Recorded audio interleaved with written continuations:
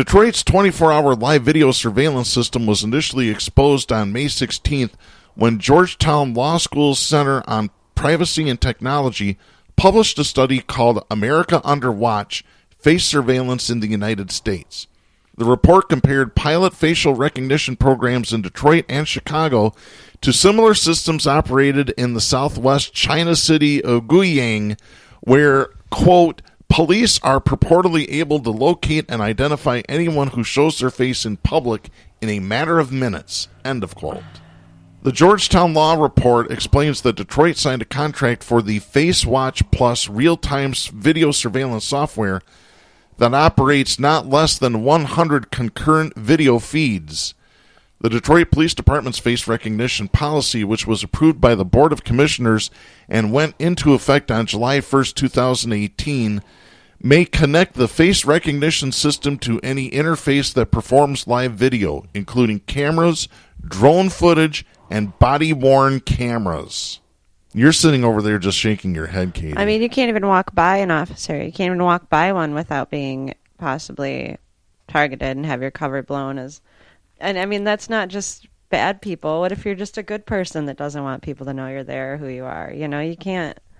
Privacy matters. This is a way to crack down on protests. Oh, yeah, absolutely. And it's not just... And the reason that they're doing that, too, is because they see the impending situation. I mean, climate change alone.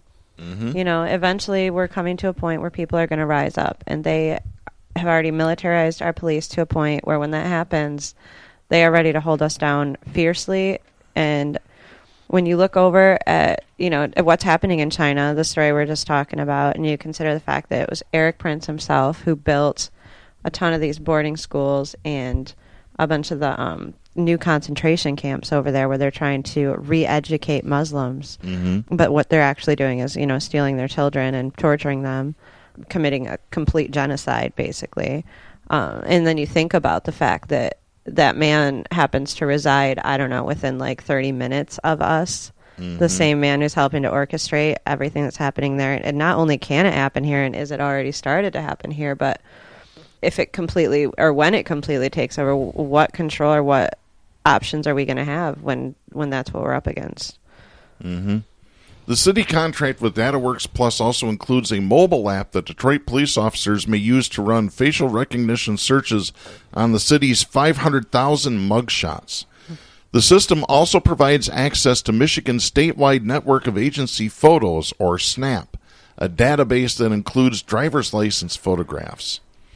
In their analysis of the Detroit system, Georgetown Law explains that Project Greenlight was essentially a Trojan horse used to pitch businesses that are open late at night, quote, as a way to deter crime and improve police response times to incidents at locales across the city, end of quote.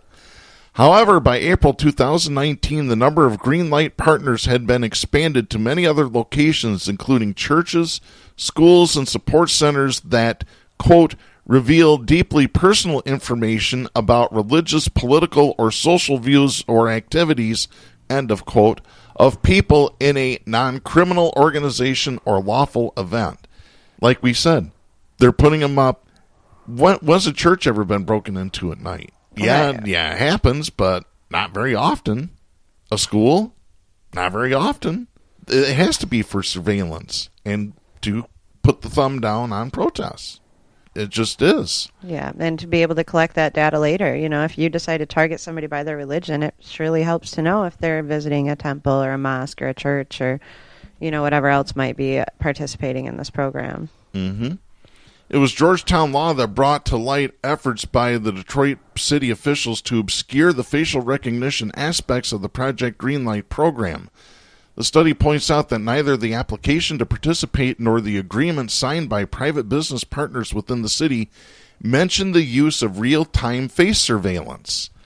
The Georgetown Law Study also reviewed the democratic and constitutional issues raised by video-based facial recognition technology in general, writing this, quote, by enabling the secret and mass identification of anyone enrolled in a police or other government database, it risks fundamentally changing the nature of our public spaces, end of quote. Among the constitutional violations of these technologies is a chilling effect on First Amendment free speech and peaceful assembly rights in public places under video surveillance, and the Fourth Amendment prohibition against unreasonable searches and seizures by secretly monitoring and cataloging every single movement of someone across time. The fact that Detroit's secret surveillance system has been in place for 2 years and plans were well advanced for a major expansion behind the backs of city residents is a political warning to the working class about the complicity of the local media and Democratic Party in the buildup of the infrastructure of a police state. Not a word would have been said about the issue if the public had not been informed about it and begun demanding that the program be stopped.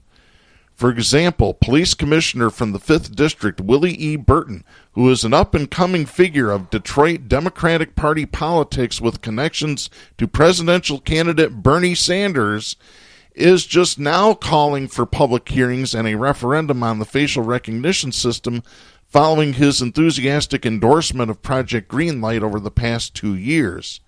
Meanwhile, Representative Rashida Tlaib, Democratic Congresswoman from Michigan's 13th District, which includes much of Detroit, had said nothing about police surveillance of the city's citizens until the Georgetown study was published. Starting with a hearing of the House Committee on Oversight and Reform on May 22nd, Tlaib has been calling for a moratorium on the use of the technology, quote, until we do something about it at a federal level, end of quote. In other words, she would approve the use of facial recognition systems under U.S. government regulations approved by congressional Democrats and Republicans. The selection of Detroit as a testing location for advanced systems of facial recognition has both a political and historical significance. Despite the decimation of its industrial base, Detroit remains a center of the American working class with a long history of class struggle against big business and the state. Detroit is the location of an urban uprising in the summer of 1967 in which federal troops and tanks were mobilized for the first time against the population of a major American city. As the poorest large city in the U.S., Detroit bears the deep scars of betrayal by the trade unions since the deindustrialization of the Midwest and attack on working-class living standards that began in the 1970s. It is significant that not one word has been uttered by the unions in Detroit over the erection of a surveillance network. The ruling class are well aware of the seething anger and fighting capacity of the working class and youth today in Detroit and other cities, and growing opposition to capitalism more generally. It is to this threat that the system of facial recognition software tied to real-time video surveillance of the public is being developed and deployed. No confidence can be placed in any faction of the ruling elite, including the Democratic Party and their supporters among the pseudo-left groups, including the Democratic Socialists of America, to defend basic democratic rights. Only the independent political mobilization of the working class through the building of workplace and neighborhood committees of action on the basis of the struggle against capitalism and for socialism can stop the emergence of the police state. So yeah, World Socialist website calling everybody out on this one. Guess so. I know there was recently a House bill introduced by some Democrats. I think it was co-sponsored by Democrats as well, to ban facial recognition on the state level here in Michigan, since that hasn't been done anywhere. I believe there was similar legislation in Massachusetts, but it hasn't passed yet there either. And a couple of cities have already banned it, but nowhere on the state level. So. I believe San Francisco has banned the facial recognition technology. Yep, that is one of the cities. You're right. Yeah, and we just talked about that a few weeks ago on the show as well. So yeah, you really need to think about what this facial recognition technology is all about and what is really going on. This is some scary stuff, folks.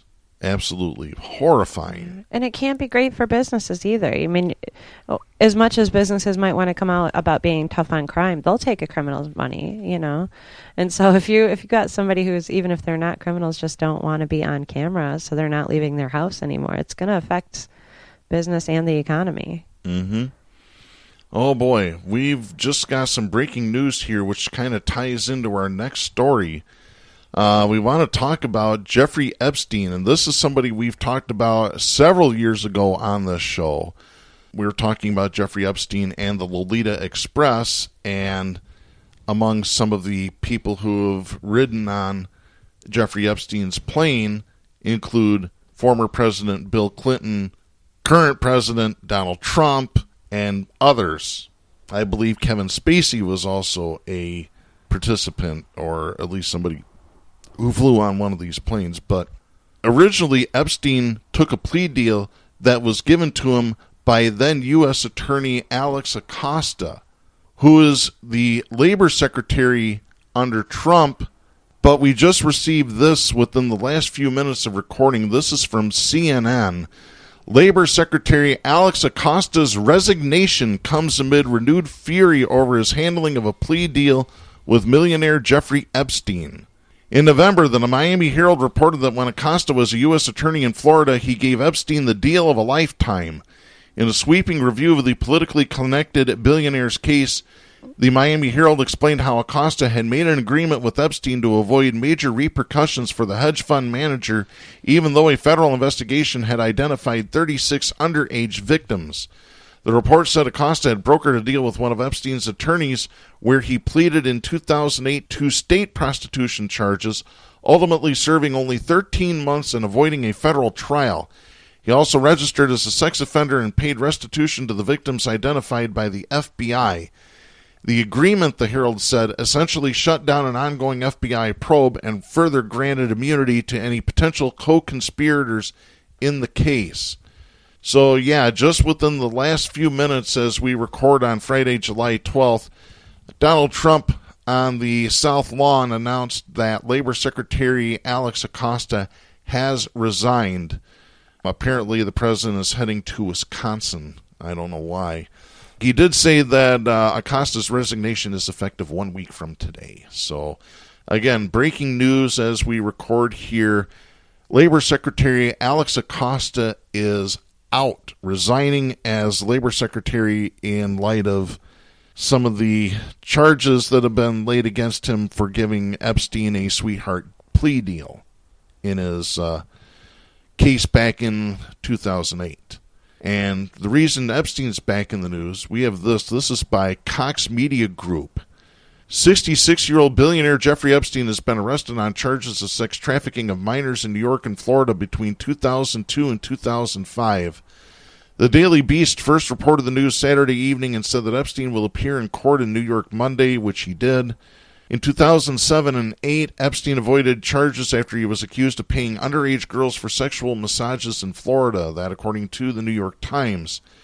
The 2008 deal ended a federal investigation that could have landed Epstein in prison for life.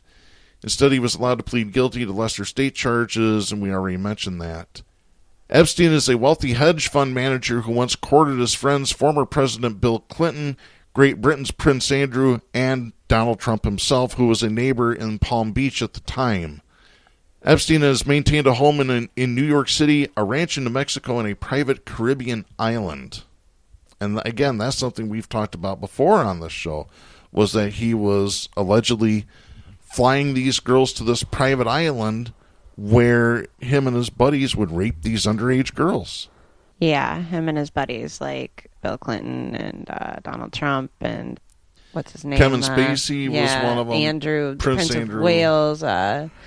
There's another one, too. I can't think of his name right off the top of my head. I don't want to say it wrong. But yeah, and at one point, I guess he actually had a home in Michigan, out in Interlaken, near the Interlaken Art School. And he was actually targeting some of the girls that went to school there. He's young as 13 years old.